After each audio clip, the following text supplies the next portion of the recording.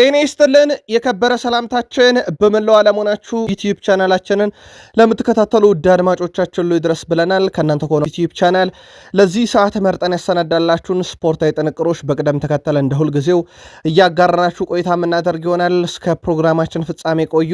ላይክ፣ ሰብስክራይብ፣ ሼር ስለምታደርጉ ስለ ሀሳብ አስተያየታችሁ በሙሉ እጅግ አድርገን አመስጋኞች ነን። ዩቲዩብ ቻናል ቤተሰቦቻችን በዚህም ሰዓት ከኛ ጋር ስትቆዩ ከቼልሲ ጋር በተያያዘ አንዳንድ ነገሮች አሁን መረጃዎች መውጣት ጀምረዋል። ለመሆኑ መልበሻ ቤቱ እንዴት ያለ ነበር? የብራይተኑ የመጨረሻ ጨዋታ ላይ የተፈጠረች አንድ እውነት እናነሳለን። ሌጀንዶች ምልከቶቻቸውን እያጋሩ ይገኛሉ። ቼልሲ የመጨረሻዋን ግብ ካስቆጠረም በኋላ ብዙ ነገር በፕሪሚየር ሊጉ ተፈጥሯል። በቼልሲ ምክንያት እንግዲህ ነገሮች አስቸጋሪ ሆነውብናል ያለም ሌላ አንድ ክለብ መጥቷል። ጉዳዩ በጣም ለየት ያለም ነው። በዩቲዩብ ገጻችን ተይዟል። ቼልሲ በዚህ ሳምንት ያው የሊያም ሮዛኔር ስንብት፣ የውጤት ቀውስ ብዙ ነገር የተደራረበበት ቡድን ሆኗል። አሁን ደግሞ ከሳቸው ስንብት በኋላ አንዳንድ በጣም አስገራሚ መረጃዎች እየወጡ ነው። በዩቲዩብ ገጻችን ላይ የምትገኙ የተወሰኑ የቼልሲ ተጫዋቾች ሊያም ሮዛኔር በቂ ረፍት እንዲሰጧቸው ጠይቀዋል የሚል ነገር አሁን ተሰምቷል። ይህ አንዳንድ የክለቡ ትልልቅ ተጫዋቾች በንግግራቸው ተበሳጭቶም እንደነበረ ነው እየተነገረ የሚገኙ። ተጫዋቾቹን በንዴት አሁንም እየተሸነፈን ነው፣ ረፍት ለመጠየቅ ጊዜው አይደለም ብሎ እንደገሰጻቸውም ጭምር ነው የተነገረው። በክለቡ መልበሻ ቤት ሁለት ጎራ መኖሩ ሲገለጽ አንዱ የክለቡን ስኬት የሚያለም ሌላኛው ደግሞ በግሉ አጀንዳ የተጠመደ መሆኑ ሲነገር የተወሰኑ የቡድኑ ተጫዋቾች በአሰልጣኝ ኤንዞ ማሬስካ በመሰናበት ቁጭት ውስጥም ብስጭት ውስጥም ቁዘማ ውስጥም እንደነበሩን የተነገረው። ቀሪዎቹ ደግሞ እሱ አብቅቷል፣ መቀጠል ያለብን ካሁኑ ጋር ነው የሚልም መልበሻ ቤቱን ለሁለት የከፈለ ነበረ። አሰልጣኝ ሊያም ሮዛኔር ከቡድኑ ቢሰናበቱም አንድም የቼልሲ ተጫዋች ይሄን መረጃ እናንተ ውድ አድማጮቻችን እስካሰራጭንበት ሰዓት ድረስ የስንብት መልእክት ለአሰልጣኙ አልላኩምና ስንብቱ በተጫዋቾቹም ጭምር ድጋፍ ያለውም ይመስል ነው። እስካሁን አንድም ተጫዋች ለሊያም ሮዛኔር መልካም ምኞት አለመግለጹ በጣም አነጋጋሪ ሆኗል። ይህ የተለመደ ነው። አንድ አሰልጣኝ ክለብን ሲለቅ በተጫዋቾች በኩል ስንብት ሽኝት በጽሁፍም ቢሆን ይደረጋል። በእርግጥ ዣቪ አሎንሶ ከሪያል ማድሪድ ሲሰናበት እነ ቪኒሲየስ ጁኒየር የስንብት መልእክታቸው ምን እንደነበረ የሚዘነጋ አይደለም።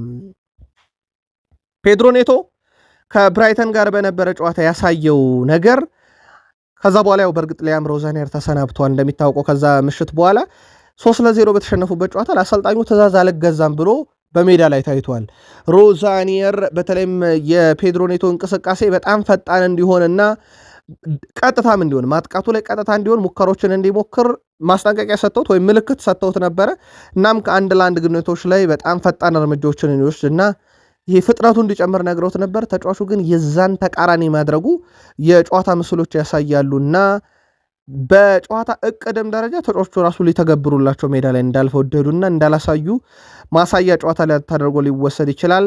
በርካቶችም ከዛ በኋላ ያ ለስንብታቸው አንድ ምልክት አንድ ማሳያም ጭምር ብለውታል። ሊያም ሮዛኔር ለስንብታቸው ግን ምክንያቱ ልምድ ምንም ጥያቄ የለውም። በፕሪሚየር ሊግ ልምድ የላቸውም። ሲቀጥል ተጫዋቾቹ በራሳቸው ያመጡባቸው ጫና ወይንስ የሳቸው ልምድ አልባ ነገር? የቼልሲ ደጋፊዎች በዩቲዩብ ገጻችን የእናንተ ምልከታ ላኩልን። ጆን ቴሪ ምልከታውን ያጋራል። የቀድሞ የቼልሲ ኮከብ ጆን ቴሪ ክለቡ አሰልጣኝ ሊያም ሮዛኔርን ማሰናበቱን ተከትሎ በቡድኑ የወደፊት ዕጣ ፈንታ ላይ ያለውን ስጋት ይገልጻል። ሊያም ሮዛኔር በቼልሲ ቤት የቆዩት 107 ቀን ገደማ ነው።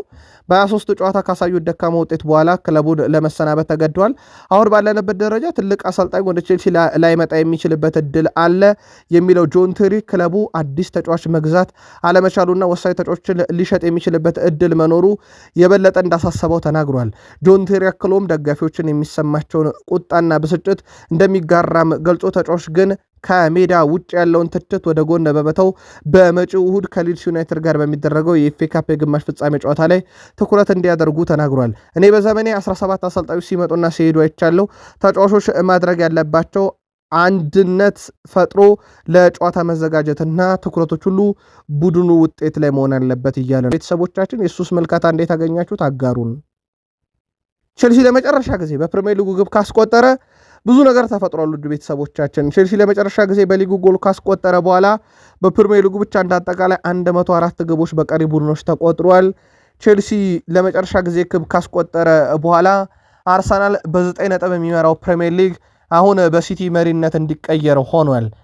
ቼልሲ ግብ ካስቆጠረ በኋላ ፕሪሚየር ሊጉ ላይ በርካታ እውነቶች ተቆጥረዋል። አሰልጣኛቸውንም ቀይረዋል። ውድ ዩቲዩብ ቻናል ቤተሰቦቻችን ቼልሲ በዚህ ሁኔታ ውስጥ ሆኖ ታዲያ በርካታ ኮከቦቹን ሊያጣበት የሚችለውም ዓመት እየቀረበ ነው። አንዱ ማሳያ የኤንዞ ፈርናንዴዝ ጉዳይ ነው። ቼልሲ በነገራችን ላይ ኤንዞ ፈርናንዴዝን ሊሸጠው ይችላል። ትልቁ ጥያቄ የሚፈልገው ገንዘብ ነው። ማድሪድ ከመጣ 150 ሚሊዮን ዩሮ ከነ ቦነሱ ይጠይቃል።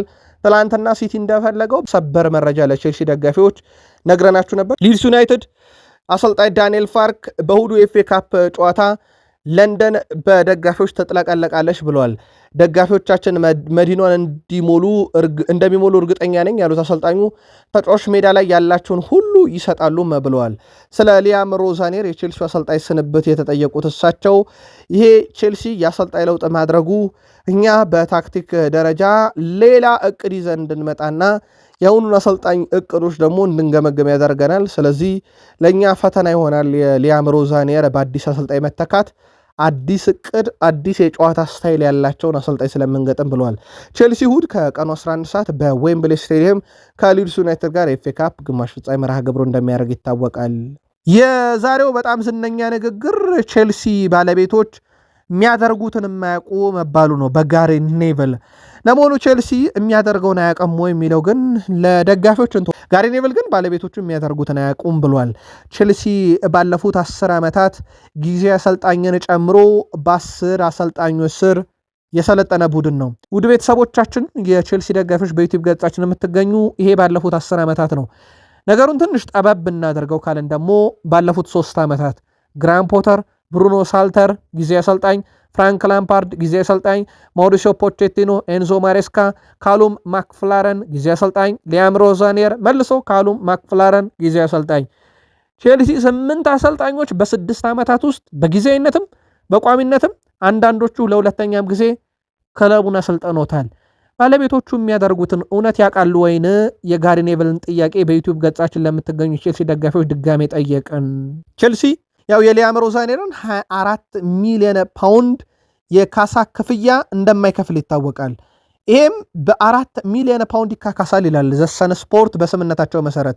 ስለዚህ ሊያም ሮዛኔር ሊያገኙ የሚችሉት ካሳ ከ4 ሚሊዮን ፓውንድ እንደማይበልጥ ነው ዘሰን ይዞት የወጣው መረጃ የሚያመለክተው። ይሄንን 4 ሚሊዮን ፓውንድ እሳቸው ለተጫወቱት ጨዋታ ካከፋፈል ነው እስካሁን ከተጫወቱት ጨዋታ 174 ሚሊዮን ፓውንድ በአንድ ጨዋታ ወስደዋል እንደማለት ነው። በድል ደረጃ ካየነው ደግሞ እሳቸው ቼልሲ ቤት ካስመዘገቡት የድል ብዛት አንጻር 364 ሚሊዮን ፓውንድ ሊያም ሮዛኔር በድል ወደ ካዝናቸው አስገብቷል የማለት ያክል ነው። 4 ሚሊዮን ፓውንድ እና ሊያም ሮዛኔር ቡድኑን ወዴት ወሰዱት የሚለው ግን እቺ የገንዘብ ስሌት በደንብ ማሳያ ናት። 364 ሚሊዮን ፓውንድ ለአንድ ድል ተከፍሏቸዋል እንደማለት ነው።